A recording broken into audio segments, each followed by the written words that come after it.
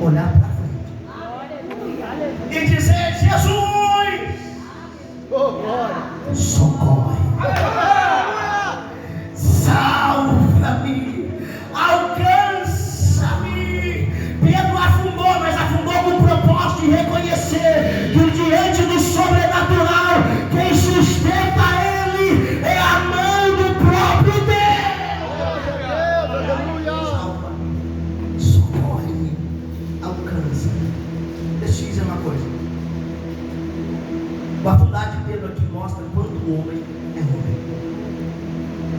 Por mais que você almeje ver o novo de Deus, o sobrenatural de Deus,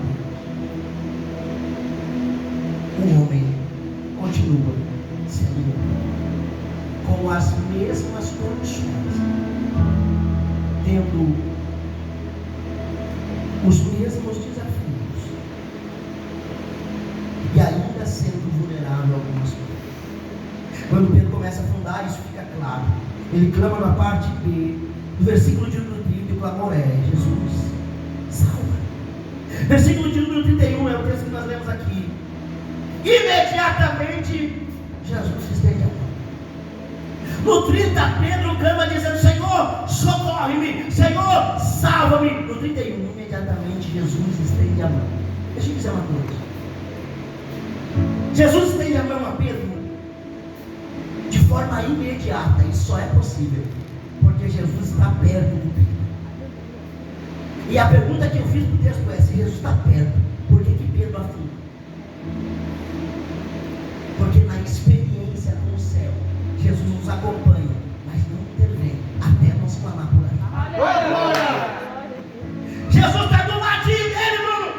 Pedro começa a afundar. Jesus podia estender a mão desesperado, segurar Pedro para não morrer afogado, mas Jesus diz: não, rapaz, tu vai aprender a clamar a mim, tu vai aprender a orar por mim.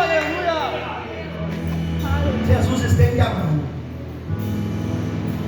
e segura. Eu disse aqui quando nós lemos que era bom você guardar isso. Segura.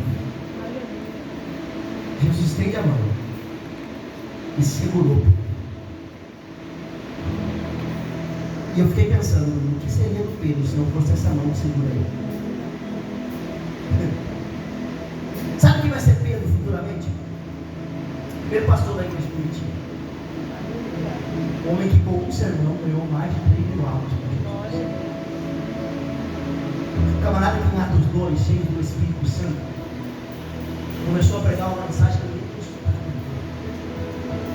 O camarada que em Atos 3 olhou para o paralítico e disse: eu não tenho prata, eu não tenho ouro, mas o que eu tenho eu te dou. E eu vou te dizer, levanta. Sabe quem é Pedro? É o homem que diante do sinédrio, das 71 cadeiras do sinédrio, olhou para aqueles senhores e disse: o que é que vale mais? Me responda.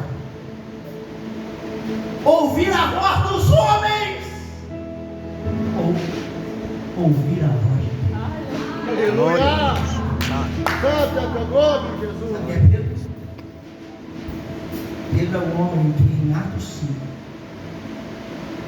olha para a mentira de Ananias e Safira e tem uma intimidade tão grande que, sem precisar perguntar qual é a verdade, ele sabe o que é. Quer ver? Ele é o camarada e chega na casa de Cornélio em Atos 10. Vê Cornélio se prostrando ao pé dele, pega na mão de Cornélio e diz: rapaz, levanta, porque eu sou homem como tu é homem. Ele olha pela casa de Cornélio e toda a casa é batizada pelo Espírito. O que seria do Pedro se não fosse essa mão aqui? Se Jesus não estende a mão para Pedro aqui em Mateus 14, não teria um Pedro ganhando 3.000 almas em Atos 2. Se Jesus não estende a mão para Pedro aqui em Mateus 14, não teria um paralítico saltando de alegria em Atos 3. Se Jesus não estendesse a mão para Pedro aqui em Mateus 14, o sinédrio tinha parado a igreja em Atos 4. Mas porque a mão de Jesus sustentou Pedro aqui, existe um pregador que prega. Glória Você a Deus. direto, sabe por que você entrou aqui hoje? Não é porque você merece, mesmo que você é bom, é porque por algum motivo o céu decidiu colocar a mão debaixo do Aleluia! e dizer: eu vou segurar ele, eu vou segurar ela, eu vou manter ele de pé, eu vou manter ela de pé, porque eu tenho um propósito gigantesco com ele. É a mão que segura o Pedro, que faz do Pedro o que ele se faz. Para encerrar, além de segurar Pedro com suas mãos, Jesus olha para Pedro e diz uma coisa assim: homem de pequena fé, por que tu duvida? Responda aqui para mim: Pedro é um homem de pequena fé? Pensa e responda, por favor. É um homem de pequena fé? Descer do barco, no meio da tempestade, 3 horas da manhã, para caminhar sobre a água, começar a afundar, não querer voltar para trás, chamar por Jesus. Pedro é um homem de pequena fé, sim ou não? A fé de Pedro é maior de qualquer uma dos 12. E por que Jesus olha para ele e diz: a tua fé é pequena aos meus olhos? Porque Pedro tem ânimo para começar, mas não conseguiu ter estrutura para ir até o final.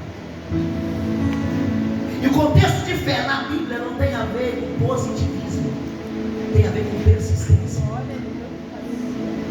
Pode ser que você não tenha talento, mas se você tiver persistência, você tem uma fé grande. Aleluia!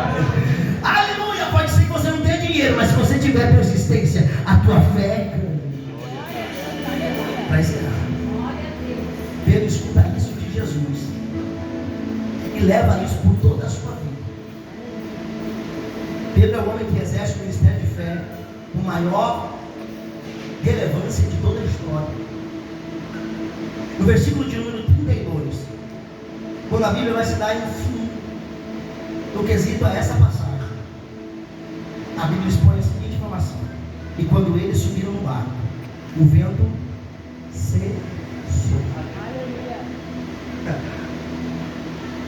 Quando eu olho para a Bíblia e escuto a Bíblia dizendo: e quando eles subiram no barco, o vento cessou, e encontra o Pedro que no caminho só uma vez sobre as águas. Eu vou chamar o água aqui no caminho